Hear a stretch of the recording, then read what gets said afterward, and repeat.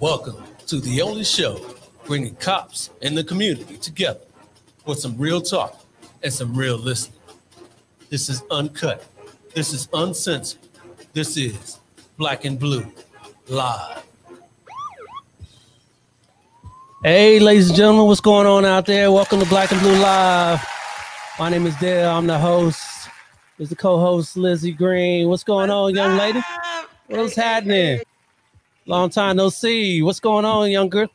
Man, just chilling, enjoying life, enjoying Sunday, a little meal prep, some cookies. And, meal prep, huh? Meal prep, huh? You bigger than me. I can't do that. That's too much work right there. So we had a show last week, and I had to go solo because you had a prearranged engagement. What was that about? What were you doing? So my sister and brother surprised us with a shopping spree. So we had a VIP shopping spree. I got a pair of red bottoms, just excuse me. Things. But it was super, it was just an amazing blessing to hang out with family and enjoy that. All right, that's what's up. That's what I'm talking about. Yeah. Well, it's good that you were talking about, brothers and sisters and family, all that, because that's what we're going to be talking about on today's show. So without further ado, let me bring on our guests here. Let's see our first guest here. Yeah. Our first guest here. They are brother and sister, and they work for the Chicago Police Department. Everybody, please help us welcome in Rashida and Greg Young. Hey. What's happening, y'all? Hey. Everything's good here. How about you guys? Excellent. Y'all looking like y'all just got out of timeout from fighting. Y'all smiling. You don't want mama to know what you done did. That's right. That's what we do. Yeah, that's what y'all do. What's going on out there in Chicago? Hey, Chicago is Chicago. It's always something, but it's pretty cool. All right. Appreciate you. So let's bring on our other guests here. They work out here in the Inland Empire out here in Southern California. Everybody, please help me welcome in Jason Sanders and Garrett Riddall. I hope I said that name right here. You got it right. Hey, what's happening? Yeah. What's going on, fellas? It is what it is. Another beautiful day on the West Coast. The best coast. Yeah. I understand that out there in Chicago, it's cold and wet right now, right? Yes. Yeah. Well, we out here on the West Coast, like Jason said, we what is it, like 70, 75 out here? So we doing good, but we pay for the sunshine. That's it. Yeah, we pay for the sunshine out here. So like I said, yes. So everybody here is related here. The two of you guys, sets of you guys are related here. Why don't we tell everybody who you are and what you do and how long y'all been together? Let's start with you, Rashida and Greg. I am Rashida Young. I'm a Chicago police officer. I work in the 15th district, which is located on the west side of Chicago, the Wild Wild West. I've been on the job for 14 and a half years. I am a district coordination officer. I actually bridge the gap between the community and the police. My name is Greg. I've been on for 13 years. I work in the same district. I came from organized crime. Chicago is Chicago. There's no other city like it, and there'll never be any other place like it. That's right. Absolutely. Well, glad you guys could get on here today. Jason and Garrett, why don't you tell everybody about yourselves? Jason Sanders, 19 years. Worked for Rialto PD in California. Just got back on patrol, was a school resource officer for the last 6 years. And I'm Garrett Riddall. I work for San Bernardino City Unified School District Police Department. I currently am the school resource officer for San Bernardino High School, but during these coronavirus times, I'm just on patrol. And you know how it is, Purdue is Purdue. It does what it wants. Mm-hmm. Yeah. For the viewers out here, say like in Connecticut and in Texas and all that, what is Purdue is Purdue? What's that mean for everybody? San Bernardino, man, it beats to its own drum. It kind of has a mind of its own. A lot of cities neighbor it, but none of them are quite as active as it. All right. So I'm like I said, I'm glad Lizzie and I are glad you guys could get on the show today. We're gonna have lots of fun before we get into the conversation, I want everybody to know we are live on Facebook, YouTube, Twitter, Twitch, and Periscope. So please send in your comments and questions, and we will make sure they get on for our panelists here to talk about. Again, Facebook, YouTube, Twitter, Twitch, and Periscope. So let's get into this conversation. Everybody's, some siblings here, and we want to talk about, growing up and what brought you guys into law enforcement. So let's start real quick with Rashida and Greg. Sounds like Rashida, you came on the job first. What's the story? What made you guys want to get into law enforcement in the first place? So with me, I grew up with my mom and my dad, and my dad was actually working with the Cook County Sheriff at first. He left Cook County Sheriff Department and he became a Chicago police officer. So I kind of, that's how I lived. That's how I grew up. I saw him helping out, and, it was always different stories and different things that would occur. And he would come home and share with the family. And I'm like, I got to help. I have to be a part of the change. You know what I'm saying? I can't just talk about it and complain about it. I have to help out. Mm-hmm. Mm-hmm. Nice. And then, so you got on the job, and then Greg, did you kind of like see, hey, my sister's doing that, I want to do the same thing? What was the thought process there? Well, I'll say this. A few of my buddies made it to the NFL and the NBA and things of that nature. I didn't make it, so I became a cop. Yeah. Okay. All right, I'll carry guns. Right. I'll protect and serve. Yeah. No doubt. Real quick, K Turnpike Ike D says, thank you for your service, everybody. So we appreciate you for that. You're welcome. So Greg, what was your game of choice, though, that you didn't make it in? Football. Man. Okay. Yeah, my thing, on the football field, I did my thing.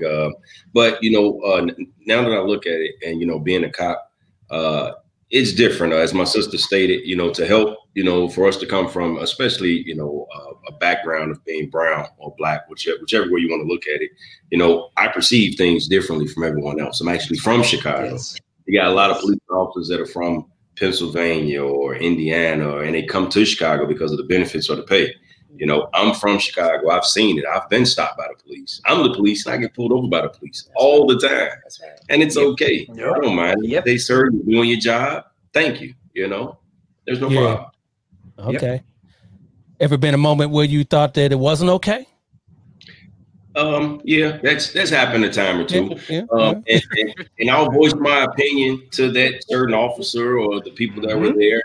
But at the end of the day, depending on your actions depict what happens next. Right. So you speak to someone the same way you want to be spoken to, you're okay. I always tell people, treat people the way you want to be treated. That's it. Right. No doubt. That's kind of those conversations we got to have with people on social media and our kids. Lizzie and I, we both got young men that are driving nowadays. We got to teach them, what to do. Exactly. That's right. For real. Jason and Garrett, tell everybody about what brought you guys into the job. Well, I got out of the Navy in 2000 and needed something to do, and figured, hey, why not become a police officer, serve my community, try to give back.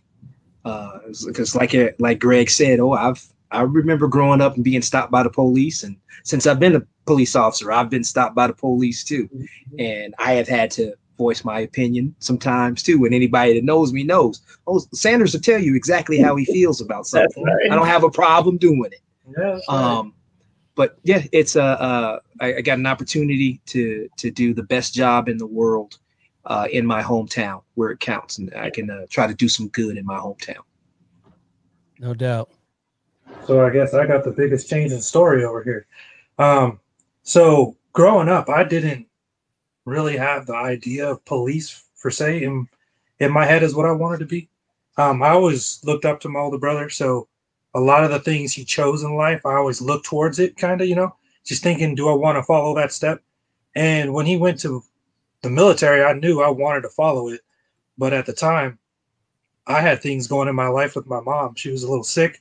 She needed someone there that could take care of her and help her out. So I stayed home for that. So when that happened, Jason came back from the service and he started going into law enforcement, and he would tell me all the time, come out, do a ride along with me. Come see what this is like. And I'm like, oh, want to do that. I work on cars. I'm a mechanic, never thought it was something I'd be good at.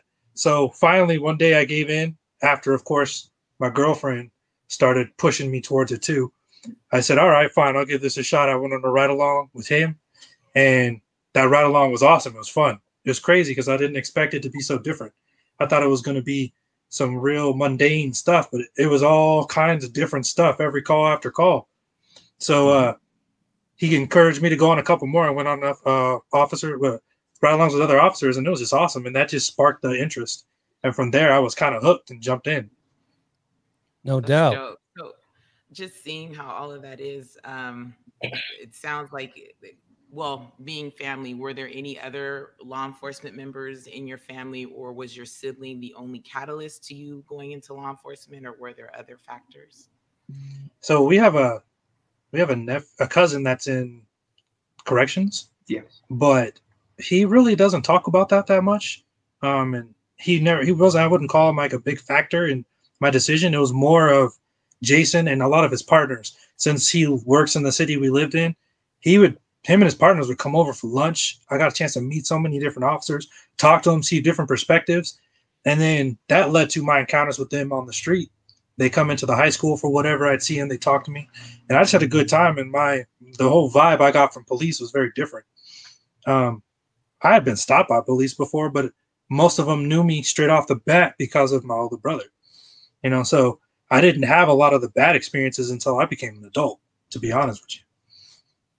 Oh, what okay. About you, Rashida and Greg? Any family members, or, well, I mean, you talked about your dad, but other family members, and was that an influence in you all going into law enforcement? And so prior to my dad, we had an uncle that was actually a detective with the Chicago Police Department. He is long retired, still alive, still doing well. And, we have cousins that are the police on my mom and my dad's side. And it is just like super duper crazy because I actually discovered the police just by his last name once before. And, I'm like, dude, that's my family's name. What are you talking about? We talked it out, and I found out this is a distant cousin. He's the police. So yeah, we have a long line of police in our family. That's what's up, because most of the time you don't hear that on officers of color, families of color. Yeah, that's a good thing to see and hear that that it's going back a long ways. You guys got kids that thinking about getting into the job too, or? Yes, my daughter is 15 and my son is 9. And my son is just like, I'm going to be SWAT. I'm like, whoa, what about the police first? Yeah, y'all keep the police. I'm going straight to the business. Yeah, he's going straight to SWAT. And then my niece. Yeah, right. My daughter, which is my sister's niece, she wants to be like an FBI, CIA, secret squirrel. She sees dad comes home. I come home with this and that, different cars, different bags. She's like, Dad, I want to do what you do, but I want to be like the FBI. I want to be like the CIA. I'm like, okay, right there. School. Okay, girl. Go to school, get the education first, get the backing, and do what you got to do. No doubt. Real quick comment on Facebook. Vivi V says, were your parents horrified to have 2 kids in such a dangerous career? And Anybody? So I'll answer that question. It's actually pretty trippy because with me, my dad was killed in the line of duty. He was a Chicago police officer. He was carjacked and killed. And so right after, it's like I talked to my mom about it, and my mom is like, wow, but she was real, real cool with it. And, everyone is asking like, well, how do you do it? Your husband was killed, and now you have your only 2, your son and your daughter is the police. My mom is actually pretty cool with the decisions we made. Mm-hmm. Wow, that's what's up. Are they still around? My mother is. Yes, my mom is. Yes, and she's real cool with it. Very supportive. She comes to the different events in the district. She's very supportive of the police. Nice. What about you, Jason and Garrett? Our mom is super supportive of the police. There are times where incidents have happened, and I will make 2 phone calls. I call my wife and I call my mom, and I just say, hey, I'm okay. Can't tell you about it, but I'm okay. You're going to see or hear it on the news, but I'm okay. And as long as I do that, we're good. Nice. Yeah, nice. I'd say the same thing. My mom likes to she's a very strong woman, so she doesn't like to show any of her concerns. I know she does have them, but she's super supportive for both departments. She's helped both departments do lots of things, and she's always there. She's right behind us, has our back. Yeah. You guys got an interesting story, Jason and Garrett, about your respective departments that you work for now. You guys used to work on the flip side of each other's departments. Is that right? Yes. When I got out of the military, I started my career with school police in San Bernardino, and I was there for 6 years, and then I had the opportunity to, like I said, come and work in my hometown, which is Rialto, which happens to be just right next door to San Bernardino. And Garrett was a reserve for school police, and then he came over to work for us, and then he ended up going back over to school police. Yes. So yeah, we kind of juggled and flip flopped departments. Right. You guys are set though right now, right? Oh yeah, we set. Oh yeah. Set. I ain't gonna. I got 4 more years. Yeah. and then we're gonna call it a day. God willing, of course, and I hope he is. Yeah, I got a long time to go, so I got to be set. Yeah, you got what? How many years you got on again? I got 7 years on, sir. Oh, you up in here with all these old timers now. Yeah, this is some experience to learn right here. Yeah, it's all good. You do you, man. What do you guys want to do in your? Well, let's talk about you, Garrett, because you still got a lot to go. What do you want to do in your career? You know, I've thought about a lot of different things. Detective would be something I would really like to do. For a brief moment at my department, I was on the human trafficking task force, and I got a chance to do a lot more in-depth investigations that had a lot of moving parts to them, and just putting that kind of stuff together and running it was really fun. It was a lot of learning to do. The paperwork was hard, but the work that came between that was worth it. And I got a chance to reach out with a lot of different departments and work with them, work in a bunch of different cities.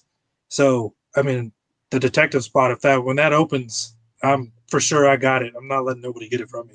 Yeah, that's what's up. Yeah. he got his eye on the prize right there. Oh yeah. Yeah.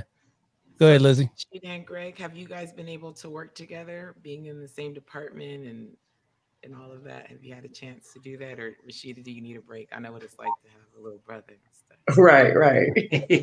I'll let him answer, Liz. I'll let him answer. We've possibly worked together. I think I've called her a few times for a transport. I tell her, let the real police take over. Just come.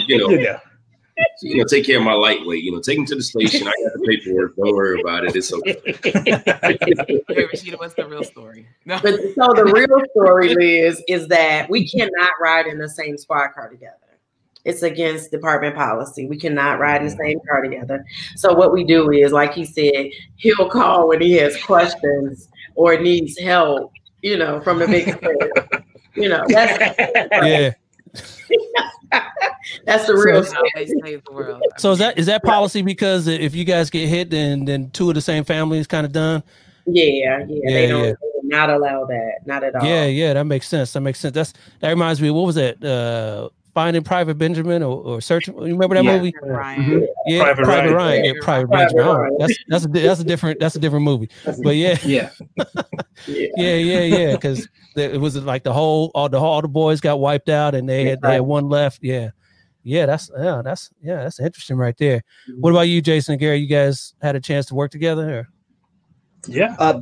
There were a couple times while Garrett was with Rialto that we got to work together, and it was funny. We were on a call, and guy was a little intoxicated, and he was talking some trash, and I thought he was talking to me. So I prepared to do what I needed to do, and he said, "Oh no, sir, not you. I was talking to the young one." And I said, "Oh, okay, go right ahead and do your thing."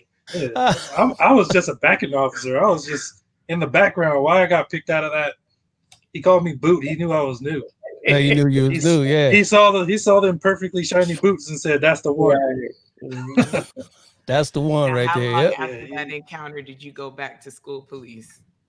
Oh no, I was still there. I stayed there after that. That one wasn't hard. He was simple. Oh man, I tell you. So now we got those formalities out the way. Let's get down to the real. Let's get down to the real. So when growing up, who was the one that's always, pushing them buttons and egging the family on, or egging the street on, and who was that? I see Rashida looking over at her brother like, you know what? I'm that person. I push my own buttons. I'll push everyone else's and my own. But at the same time, even with working as a police with my sister, if they say the people on the street, they'll say, "Man, that's young sister," and they're like, "You mean young? That young? Yeah, that's young sister. Don't do it. It is what it is." Yeah, for the most part, we stick together. Yeah, them youngs ain't nothing to mess with. Those youngs ain't nothing to mess with, huh? We stick together. Yeah, that's right. Hey, go ahead, Jason. Being the oldest, and there's a 12.5-year gap between me and Garrett. I really kind of was almost like a single child growing up. When I graduated from high school, Garrett was 5. So just being trying to be the best big brother I could be to him, at such a young age. But Garrett's the middle child, and he definitely got away with more things than I ever would have even imagined trying to get away with. He got away with. I saw what not to do, more. And I didn't do it. Right. I would say I probably fit the bill for being the instigator and the finger pointer and the starter of the drama. I would say, because that always was me. I always knew how to talk all of our little cousins, or even some of the older ones, into doing something they weren't supposed to do. And I was smart enough to always be standing there on the side like they did it. So, Oh, you wanted them. I didn't do it. They did it. It was like, I was the mastermind. I was the mastermind. I wasn't the one who actually did it. It wasn't wow. me. You can't handle the truth. Wow. Okay. All right. Well, hey, I'm glad that you put your skills to good use. Jason, you were talking about using Garrett a little bit when he was younger. Oh. What's that about? Oh yes. I'll never forget. I had a Mazda B2000 pickup, and I would have Garrett and my baby brother Jordan in the car, and we would pull up, and I'd see a nice little something, on the corner looking real good, nice and sweet, and I would nudge them, and they would do the little line, "What's up, baby?" And it worked every time.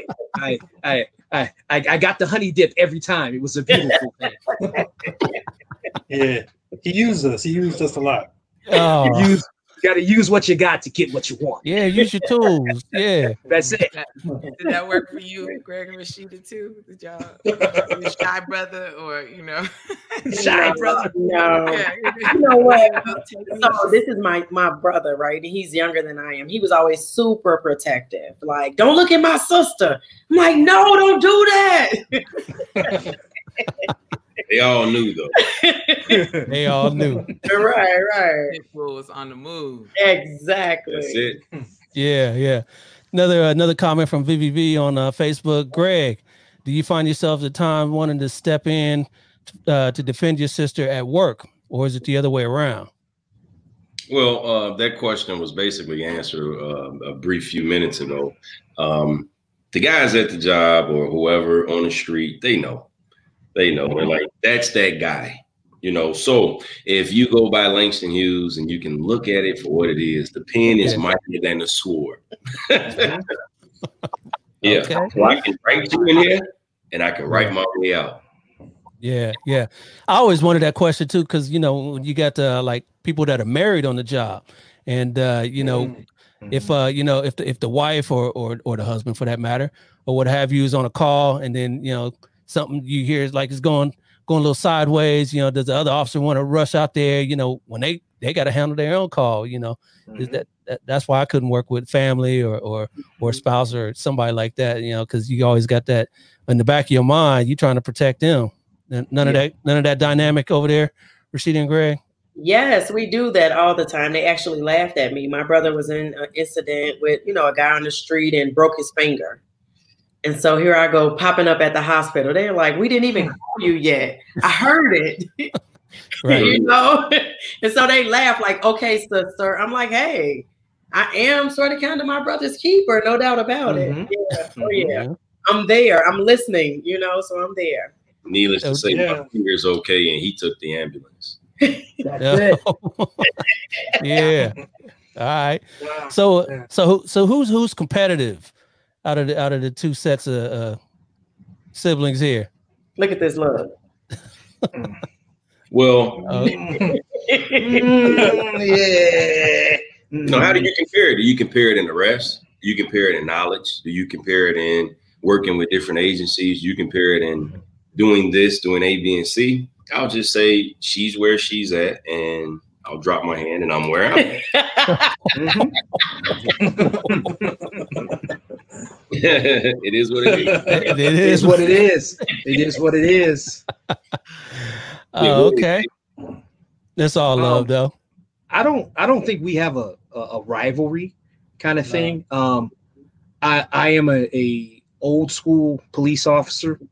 I remember writing my first reports by hand. Yep. There was no dragon speak and all those things that they have now. Garrett is much more into technology than I am. So I pick his brain just about as much as he picks mine. Yeah, Garrett. Yeah, Garrett told me he had to go to your house and set you up for this for this broadcast right here because you wouldn't know what to do. I'd still be trying to plug it in. I would don't do the Morse code. Tap, tap. Give me some Morse code. I'll be all over it. Homing pigeon, something like that. I'll be all over it. Right. The technology. It's like my son is 20, and if anything happens on my phone and I can't, I just hand it to him. Hey, Bubba, fix this, please. Unlock this or whatever it needs to be. Right. Yeah. I leave the technology to the youngsters. Right. Yeah. Hey, so what does one sibling think that the other one does better, but they don't really do it better? On the job, at least, Does so and so think that they can run fast, but they really can't? Does so and so think that they can get a confession out? Get a confession out of somebody? Yeah. Really like this. Can get that? Get that confession, but Rashida needs to step in and really get that confession. You know what? That's it right there, Dale. That's it. Yes, that's it. You hit it on the head. That's it. So I'm that guy that's going to try to put that square peg in that round hole. I'm going to keep hitting it and hitting it. Where have I heard that before? Where have I heard that? And then I'm going to take a hammer and it's going to go through that hole. Sooner or later.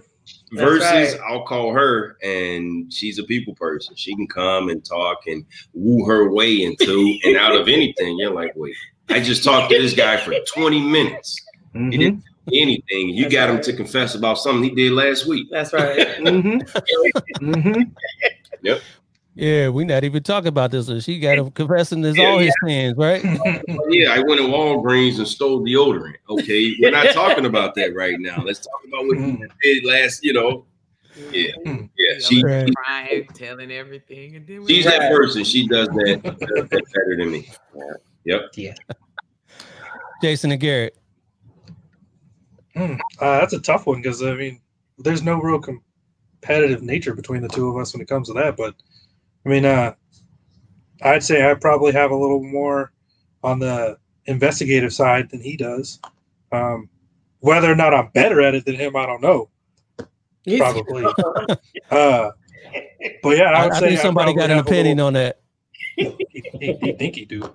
But I think, I really don't know what strength he would have that was better than mine, and what strength I have better than his. To be real honest with you. No doubt. I can sell snow to an Eskimo. Oh, I'll just put it like that. You one of them, huh? I can sell snow to an Eskimo. Mm-hmm.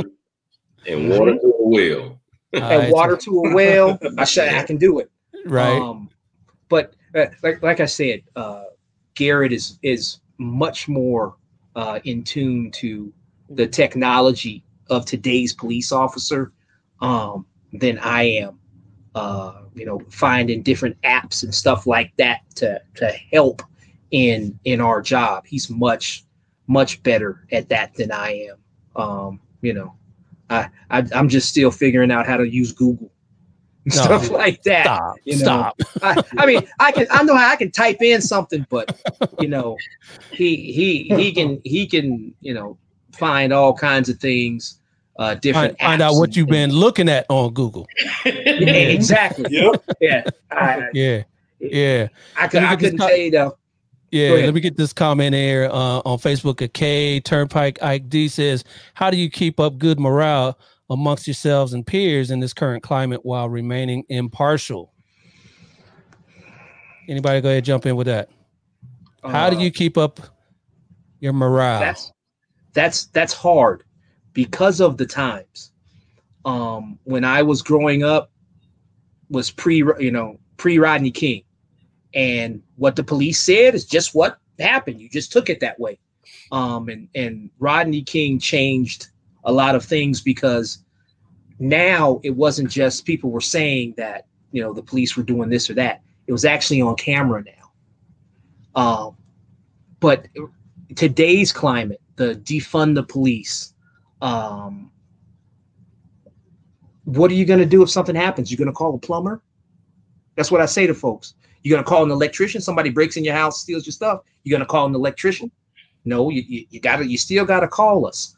But as long as a police officer, you're doing the right things and doing what you're supposed to be doing, you have nothing to worry about.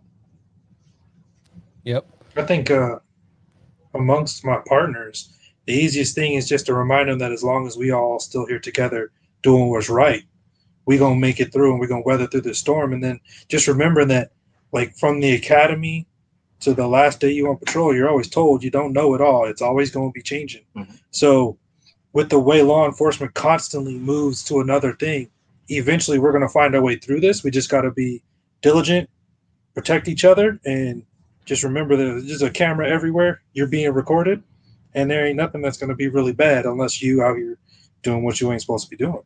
Yeah, you're being recorded right now too, so. Yeah. Used to it. I'm used to it. Kind of piggybacking off the morale and things like that for Rashida and Greg, especially kind of, I find that, like, just in law enforcement in general, when we respond to calls, people are like, well, that's not how they did it on TV. And, you guys should be able to do this, and trying to explain to them, sensationalism, what's real and what's not. How is it working for an agency where you have Chicago PD and Detective Voight and, all of these narratives? How is that factoring into morale and relationship building with your community? And kind of displacing those stereotypes or those conversations. How is that? How do you feel like it's impacting it? I guess kind of tempered with everything that's going on. So I think of 3 words when after listening to that statement or the question by that person. It's family, dialogue, and mental health. We need, as police, we need to stop just trying to hold it in. A lot of people say don't take it home with you. But you take it home with you. If you go outside and the ground's wet and your boots get wet and you walk in the house, you bring that water in the house with you. Mental health, we need to get past it being a problem of going to talk to a clinician or a psychiatrist, talk to someone. There's no problem. Just have a daily, all your answers can't be in the bottom of a bottle, family. Just the other night, I had a party for my 5-year-old. He just turned 5. We had movie night at my sister's house. Family is everything, and then it all trickles down to that last little drop of what I said before. Treat people the same way you want to be treated. Be treated. The only problem with that is you can say that until you're blue in the face. There's a lot of people that don't know how to be treated. Think about it. Think about it. That'll mess you up if you think you're like, whoa, you're not supposed to do this, you're not supposed to do that. You're like, no, this is normal. This is how I'm supposed to be treated. No, that's not how you're supposed to be treated. Right. So, you know, it is what it is. Yeah. and then too, with me, with the defund the police thing that everyone is talking about, I kind of think that they're just jumping on the wagon. I mean, we could say defund the police, but in real life, I think what they really mean is reallocate the funds. Right. That's what I think they really, really want to say. And a lot of people are not looking at it that way. You know, it's like, oh, defund the police, defund the police. I mean, just like Jason said, if you defund the police, who's going to police, you know what I'm saying, these cities and these towns and these different people? In real life, it's reallocate the funds because, I mean, hey, if that's what we need to do, let's do it. But what about, you know, black on black crime? What about, you know, all of the senseless killings that are occurring here? Who's going to do that if you defund the police, like in real life, you know? Love-hate relationship. Yeah. You can't love me when someone's beating you or you need me and then hate me when I'm not even there. That's right. It is what it's love-hate relationship. That's it. That's exactly what it is. And another thing that Lizzie brought up too is about the narrative of people seeing this on TV, you know, solving crimes in 30 minutes or less. And then also what one of our illustrious candidates just said the other day, why can't we just shoot him in the leg? I'm sure you guys heard that one, right? You know, people actually believe that, you know? Yeah. So it is what it is. As you've been saying, Greg, it is what it is. You got it. You're catching that fever. Yep.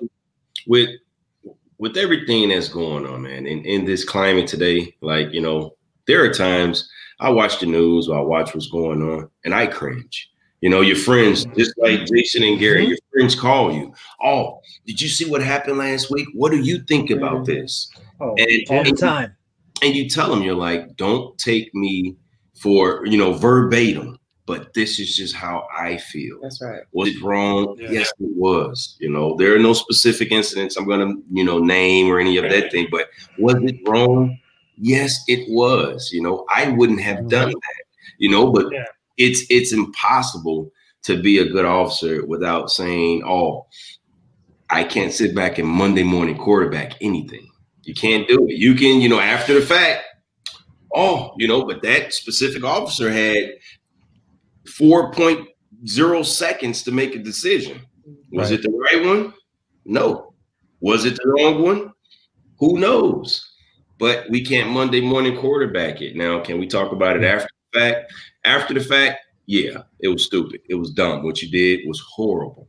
In this climate, man, I'll tell any officer, man, if you have any extracurricular activities, you love to fish, you love to hunt, think about your family, think about your 20 years and done, think about, you know, you get paid the 1st and the 16th, think about the things that make you happy. You know, try not to take it home with you. Mental health is real, and especially Black and brown communities. That's right. Yeah. Yep, no doubt. And then, you know, dude, just seeing everything that's going on out there, and you gotta release, just like you said, you gotta find some sort of release, and you can't bring that home but you know, you said also you can't Monday morning quarterback. Isn't that kind of what we do with debriefing? You know, we look at these incidents, you know, we get the video, and then we kind of say, you know what, again, you know, this officer was in the moment. He had 4 seconds to deal with it, he or she did, but you know, we can kind of critique and use that information for ourselves for the next time out. But for like training purposes. For training purposes, Right. Kind of tread lightly here. Do you think that not so much a Monday night quarterbacking, but that I think from the conversations from family members, I think they're looking for us when incidents happen, for us to, on the things that just on a moral basis, whether it's a legally justified situation, to be able to say, that wasn't good, or, you know, that wasn't the best choice. That was wrong. Now, I'm not talking about legal. I'm just saying from that, do you think that if more officers, I guess, were more clear cut on morality issues, that we would maybe conquer or deal better with some of the frustration we're getting from our community? Who is that? To anyone, Okay. just a thought, just throwing that out there. Kind of, what do you guys think about that? Yeah. I don't know personally any officer that gets up in the morning and says, "You know what? I'm gonna kill somebody today." That's right. That's right. Unfortunately, the job that we have chosen to do, that is the main negative in the job. Great pressure, great responsibility is placed on our shoulders. And like Greg said, sometimes people don't know how to act. And it is unfortunate and terrible that sometimes we have to go to the limit in this job. And I wish we didn't have to, but a lot of times, like Greg said, you got 4 seconds to make a decision. And on a personal note, I would much rather have to explain why I did something that caused someone to lose their life than the chief have to stand in front of my mama or my wife and hand them a freshly folded American flag, say, right, Jason ain't coming home, we sorry. Mm-hmm. Yep. That's how I look at it. I think a lot of that comes back to that idea of people see the uniform and the badge and they forget behind that's a human being who woke up today. You don't know what struggles they have themselves. You know, you don't know what they went to work thinking about, dealing with. And then they put into this situation to where they have a split second to make a decision that's not only affecting whoever they're going to do, but it's going to affect them the rest of their life too. Mm-hmm. And we need to start looking at each other as human beings and not just police robots that are trained perfectly to make these decisions. Mm-hmm. We're human beings. We inevitably we're going to make a mistake. We just have to try and mitigate the chance of making that mistake to that level. But then sometimes you don't know what's going through that person's mind when they made that decision. Right. No doubt. So talking about, all these incidents that are going on right now, and, we're all African-American here, and we work in predominantly non-African-American fields. Do you guys think it's our responsibility to kind of educate our coworkers on what's going on in our communities, how to act and what to do and what to say and what the communities are feeling? You think it's our responsibility to do that? I personally don't think it's our responsibility, but we do have to. And with me, so I'm like more community. So I'm out and about and, I'm hearing jobs. If I'm right there, I'm answering, even if it's not my job. And so like, I've been on scene a couple of times to where, there are not people that look like me that's there, but they're dealing with people that look like me. And it's just one of those things to where it's like, sometimes, that mentality of do what I say do because I'm the police, throw it away. Throw it all the way away. It's actually pretty sad, but I've stepped in a time or two and said, look, hey, calm down, and it's like, it's not my responsibility to do it, but it really is, because who else is going to do it? If I'm standing right there and there's disrespect or something, that the officers aren't understanding, and, you got the community that's like, well, what don't they understand? I do have to intervene. Mm-hmm.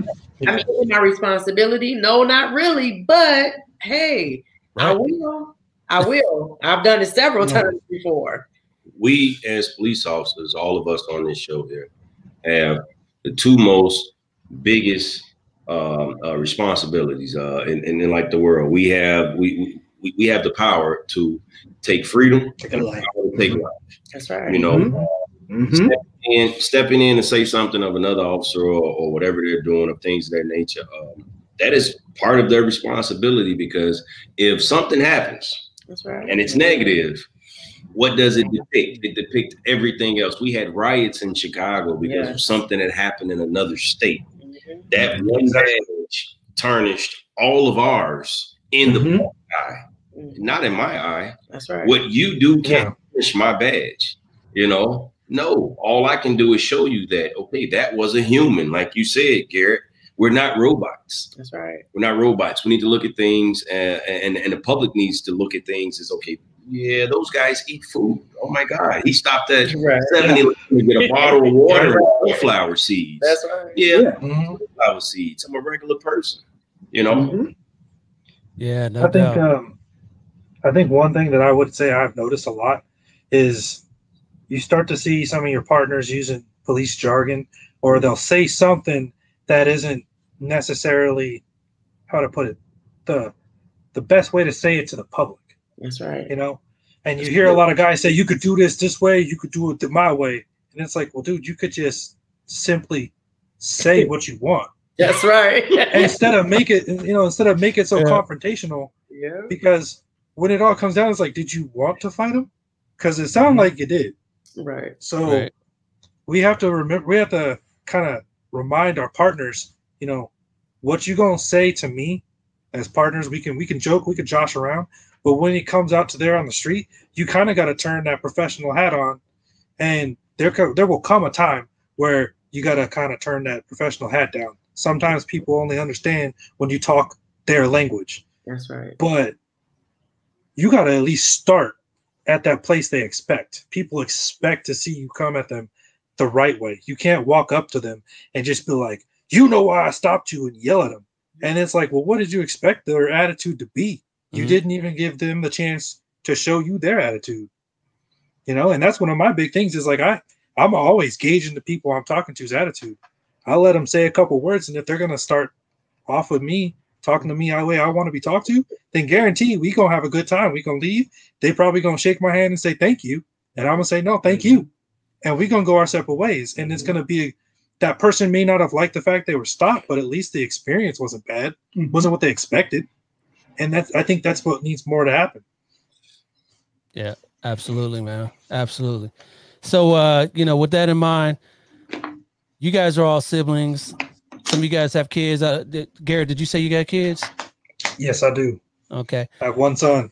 Yeah, I know Rashida and Greg talked about their kids possibly wanting to go into law enforcement. Would you recommend this profession the way it is now to your kids, to your family members, to somebody, you know, one of your friends or somebody saying, hey, you know, I'm thinking about getting into this job?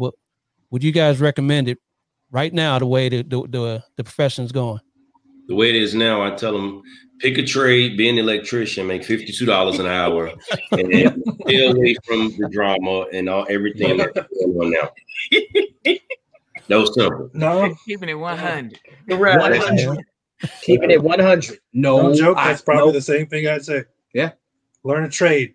You'll always be needed, and you're going to get paid. Yes. That's right. Yeah, yeah. I mean, we still gonna be needed too. I mean, it's like a pendulum. Everything swings back and forth. Right now, we on this side where the police aren't the lovable types, but you know, it's gonna swing back. When? I don't know. Yeah. Maybe, hopefully, in the next year, but you know, it might be in the next 5. I don't. Hope not. Hope not. Right. How about this? I'll ask you this question, Dale. We've seen 2020 for what it is. We've looked it right in the face and said, "Oh my God, this is a crazy year." What if in 2021 we're begging for 2020 back? Oh, I don't want 2021. That's your cousin. Y'all too close. I'm waiting for the I'm out. Deuces. I'm out. Deuces. I'm out. You know, I know a lot of people pulling the cord already. You know, they jumping ship already. You know, and if it's even worse in 2021, you know, what I need to stick around for? Yeah. You know? No, I'm not trying to have all that. Now, Garrett, you got a ways to go, but the rest of us here, we could pull it. I know coworkers is out looking. You know, one of our coworkers, Lizzie, he got his real estate license, so you know he trying to go that route. You know, in Chicago, we had about 870 plus officers retire in 1 year. Yep. In 1 year. Yep. Is that a normal turn? I know you guys are three times more the average. Yeah, it's way more. Yes. Yeah. You guys having a hard time replacing them? Yeah.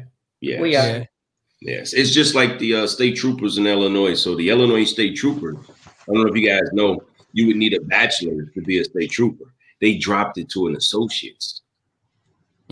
Yes, and those are the guys with the perfect uniforms, with the perfect hats, the best professional police officers in the world. You know, state troopers are the state troopers. Now you got guys who went to community college that are like, oh, okay, yeah, I'm going to be a state trooper. Wow. Yeah. Well, yeah. Well, and that's one of the things I was talking to someone in the community about the other day. She was asking, how do we get more people to become police? And I was like, well, the problem is with all these backgrounds and the scrutiny that we're going through, if you start pushing too quickly, you're going to get more of what you don't want on the street. Right. That's right. Yep. And with the background sometimes taking 6 months to a year to have to replace 800 people. Yep. Good luck to y'all. Like it's almost as if, it's almost as if you guys have an impossible task. That's right. It's like walking in the grocery store. You got 3 bags of potatoes left, and they all look the same. You're like, okay, I got to throw 5 out of bag. 5 out of that bag away. That's not a good look. You're right, Garrett. No. That's not a good look. Yeah. No doubt. Wow, that's crazy. So, back to you guys being siblings. What would you be doing? What do you think your sibling would be good at if they wasn't a cop? Oh, I'll go on this one. He could be a promoter, some kind of show executive. He's got all that attitude and the right personality to do it. I'm telling you. If you knew what he used to do, on the side, you knew his nickname, you'd understand what I'm talking about. Okay, come on. Y'all don't know. Y'all. Don't hold back. You guys are in the Hey, Garrett. Okay. He is the world champion. Where's your belt? Where's the belt? It's in the glove. Oh, is this he's a heavyweight world champion. IWC. I tell young people, especially kids, this: follow and chase your dreams. Don't take no for an answer. I remember watching Tony Atlas and Rocky Johnson win the WWF tag team titles. I was like 9 years old. And I said, I want to be a professional wrestler when I grow up. I actually, real 100, keeping it 100. I actually was a professional wrestler. I've won titles. I've wrestled all over the country. I've wrestled in Mexico. He's in a book. I'm in a book. I've been on TV like wrestling 20 times, or like the Rock. Like I know John Cena. I know Vince McMahon. I've met Vince McMahon, but I actually know John Cena. A lot of the guys who are on TV right now, I actually know them, trained with them. But being 5'9" and 230 pounds, I ain't 6'5" and 280, and that's another reason why I became a cop. Right. Okay, so yeah, where are your pictures at? Can we get the picture? I have some stuff on YouTube. I actually have my son made a video for me on YouTube. I wrestled under 3 names. One was Under Pressure. One was Sergeant Sanders, and the other was the Merc, the mercenary. Bulldog, you got some competition over here. Yeah. I done called you pulled up. By the end of the show.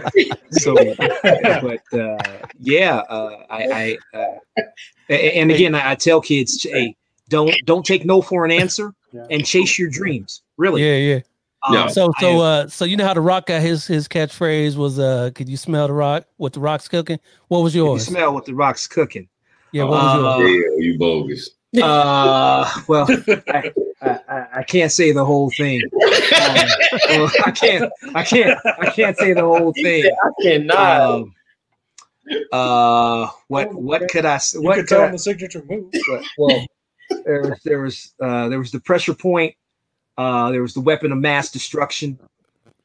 Pressure cooker. The pressure cooker. Oh man, I got one of those in the kitchen. Right. Man. Yeah. I have been blessed by God. I've lived a pretty incredible life. Some of the things that I've done, at places I've been and seen, and I thank Him every day for allowing me to even still be here, because tomorrow's not promised. Amen. So, that's what's up. That's what's up. But, and what would Garrett be doing if he wasn't a cop? I honestly think Garrett would be a race car driver. See, real talk. He was always into cars, always going faster in cars than he probably should have. But I really don't be telling on him. Oh no. The statute of limitation is passed, so we good. Oh, yeah, right. We good. But no, I think he would be. I really think he would be a race car driver. I don't know if it would be NASCAR, because how some NASCAR how they do us, but we'll leave that's another topic. But I got a race car at home right now. He's actually building a race car at his house right now. So nice. I think he'd be a race car driver. Okay. All right. And the young. We got a picture for y'all if y'all want to see Under Pressure. Yes. Pop that up. Nice. It looked like Ice Cube, but it ain't Ice Cube. He said it looked like Ice Cube, but I want an autograph copy. Okay. We'll hook that up. We'll hook that up. Garrett going to take that debriefing tomorrow. I want to. I got you. You look like what's his name? Devo. Devo. We're gonna leave that bike here. We're gonna just say it's mine. My bike. Right. All right, Rashid and Greg. What would the other one be good at if they weren't top? I think my brother would be a politician. Man, he said, drop me off in the woods with a rifle and a fishing pole. That's it. I'm okay. He's finna be Pit Bull, the bounty hunter. Right. You need to make that money though. You gotta pay them bills. No, there'd be no bills. Put me in the woods. I'm okay. You okay? Yeah. You're gonna go out there and homestead. If I wasn't the police. Yeah.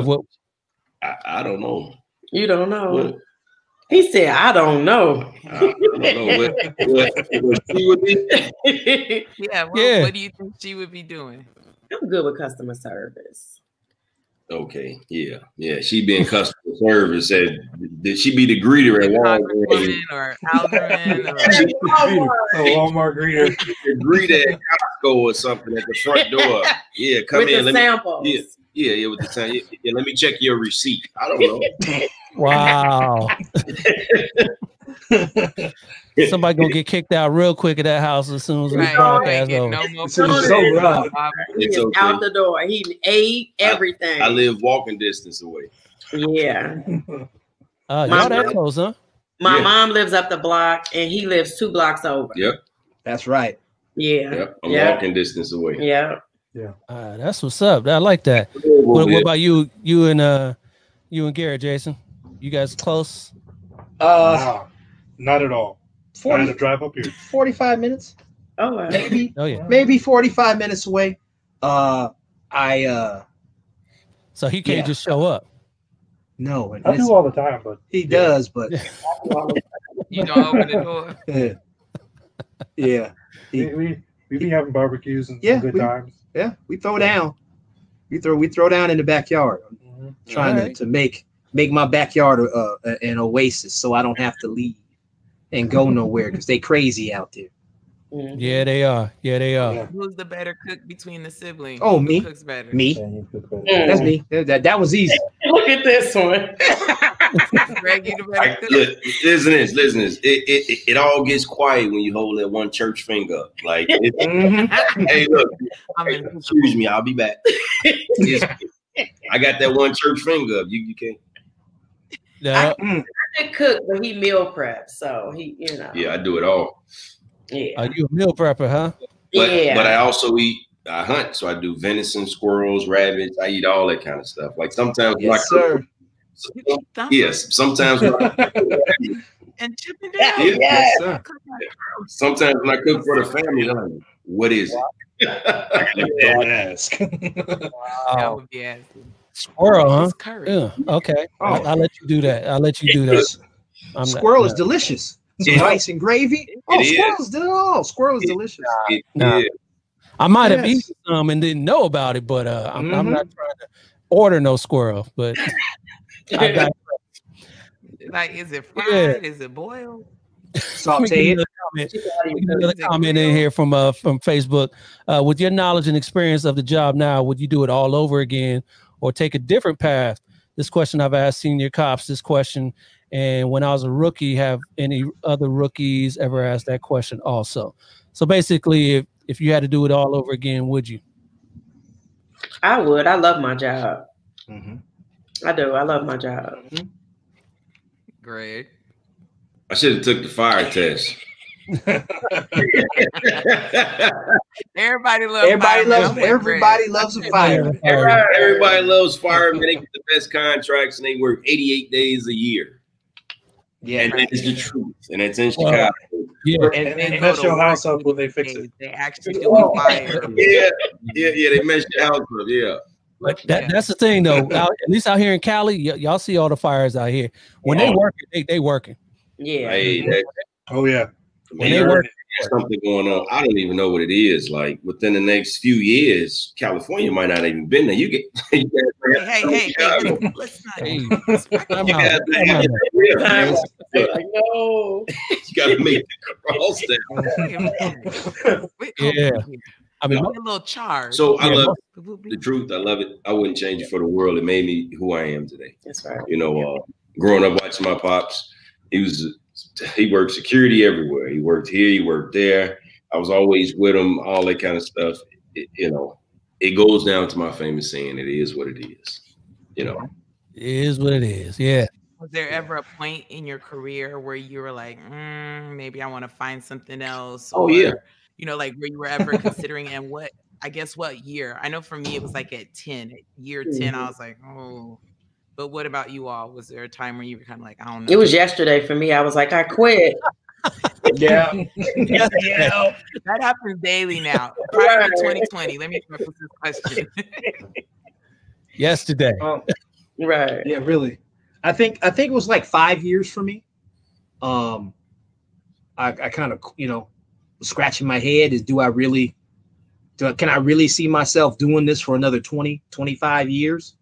And like Greg said, I wouldn't change a thing because I wouldn't be here right now if I wouldn't have made the decision to be a police officer. So I wouldn't change. You definitely wouldn't be on this show. Definitely. You know. No, you would, because you would have interviewed wrestlers of color and how it parallels with law enforcement. You got started. See, you're welcome. See what you got. Yeah, thank you. No, I would have to agree with Greg. That dance they all do right now. I don't think I could see myself.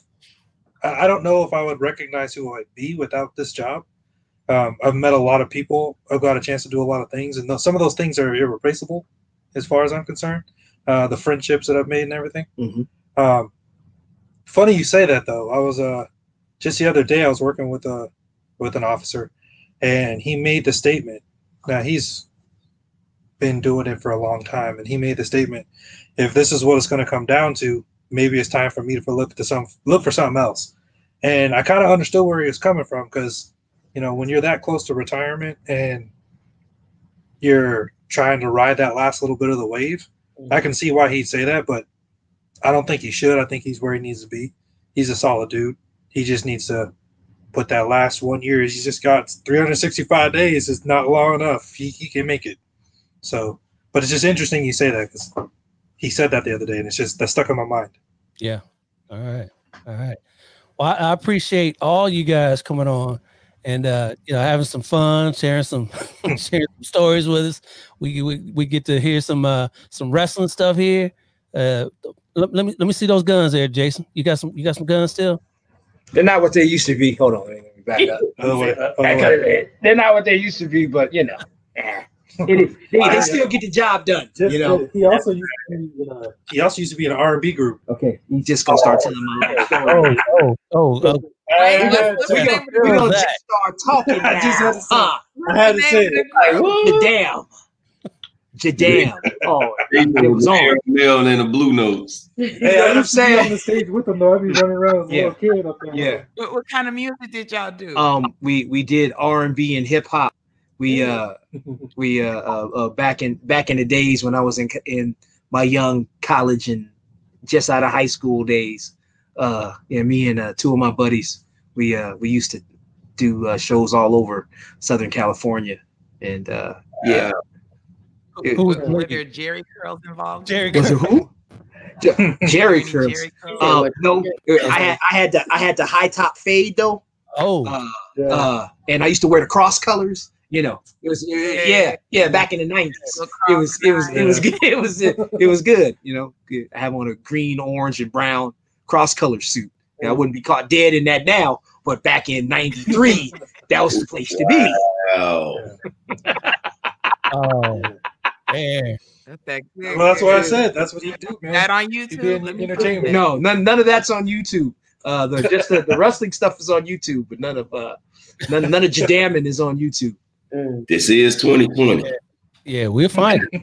We're gonna find it. Somebody got a VH1. Listen, all the listeners, y'all go ahead and find your damn.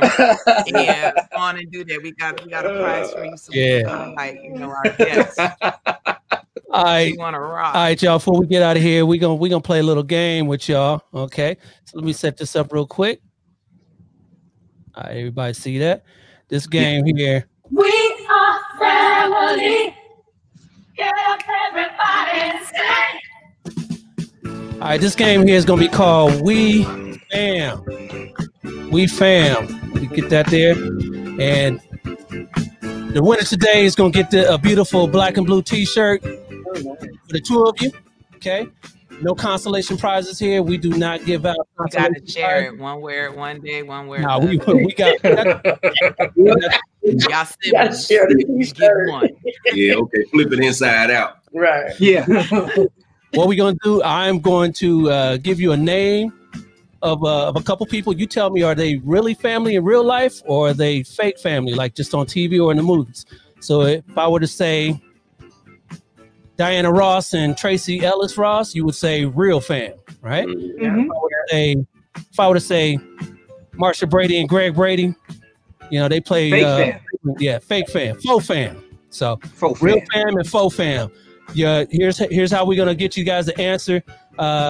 Chicago, y'all say Bulls. Jason and Gary, y'all say Lakers. Champions. Yeah, I'm sorry. So whoever comes in first, it's gonna be. We got 9 here. The first one to 5 correct answers will win a pair of beautiful black and blue T-shirts. Everybody got that? Yeah. All right, so here we go. Take it away, Liz. All right, here we go. Luke and Owen Wilson. Lakers. That was the Lakers, and you said what was that? What would you say, Jason? Oh, they're family. That is correct. They are family. They are brothers. So one good for y'all. All right, here we go. Jamie and Tyrone Lannister. Fake. Bulls said first. Bulls went first. What? Fake fam. They fam. Yes, they are. Jamie and Tyrion Lannister from the Game of Thrones. Yeah. All right. 1-1. Michael Myers and Laurie Strode. Lakers. Lakers said first. Yeah, that's a fake fan. You can steal that, Rashida and Greg. They fam. They fam. They fam. Yes, they are. People wouldn't know that for sure, but from the original movie, Jamie, she was Jamie Lee Curtis. She was the babysitter, but they retconned it that she was the adopted daughter of Michael Myers. Y'all didn't know that, huh? I remember when she cut his head off. No. Yeah. Yeah, she cut when she hit him with the truck. She cut his head off. There we go.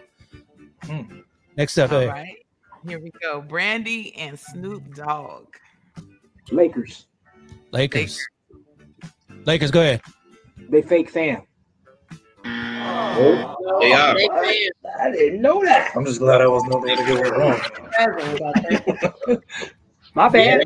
See, they cousins. Cousins. Yeah. I know that. Yes. Okay. I'm glad you didn't hear me in the background whispering, Jason, because I sure did. I said, I think they could. Right. Whitney Houston and Dionne Warwick. Lakers. Lakers, go ahead. Their family. Yes, they are. Niece and aunt. Mm-hmm. All right, so Lakers got 2 and the Bulls got 3. First one to 5. Frito and Michael Corleone. Oh, Bulls. Their family.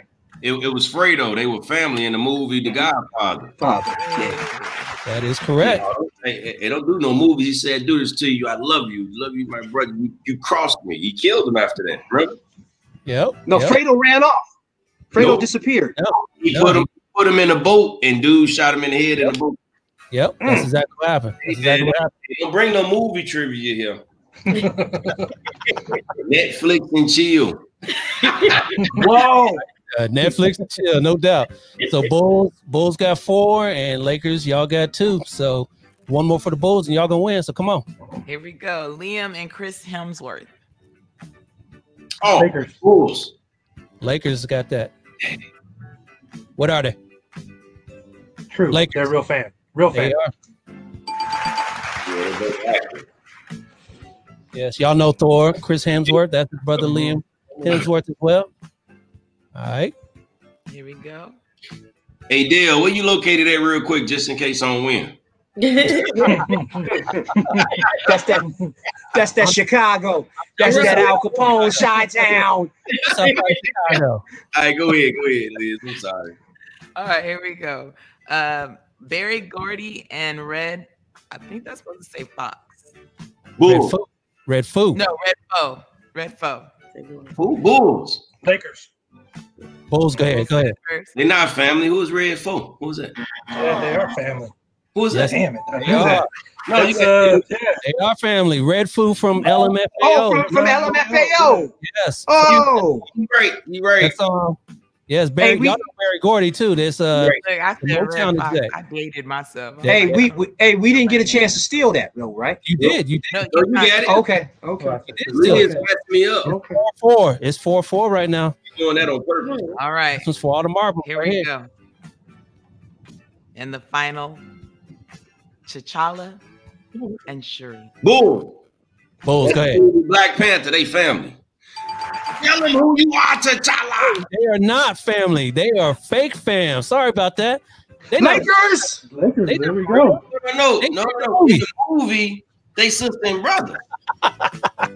In the movie they are, but they not really people. Oh my God. They fake fans. It's like Mark Brady. Right? Yeah, that's right. Yeah, you right. I have been hoodwinked. Bamboozled and led astray. But we do have Hey, I have been led astray. Lakers. All right, One Lakers. more again. You know what? One more again. They got Soldier on Fire in the background. There you go to the R&B. Hey, look, the Lakers had to win because more homage to Kobe, man. So I'm glad you guys won. Respect. I'm absolutely. glad you guys won, man. That messed me up forever, man. Every time I think about it, it messed me up. No doubt. That was the kickoff to 2020. That's Yeah, right. That man, this year, Yeah, man, yeah. I want my refund. I don't want this year. They can get I want a refund. whatever going on with this year. I don't Need want an Amazon return it. check. Right. You know, the Mayans were 20 years off. Mm-hmm. Well, yeah. Again, we appreciate you guys for coming on. We had a lot of fun today. Yeah, we did. Absolutely. That was a good, Yeah. good episode there. We got some good info about wrestling and what people used to do, who used to be the snitch. Hey, you talking about I Gary? wouldn't call it snitch. It was mastermind. Not Yeah. snitch, mastermind. Hey, Garrett, if you worked in Chicago, we found out you was snitching. We locked you in the box. You wouldn't find out. That's how I got away with it. He said you wouldn't. You never find out.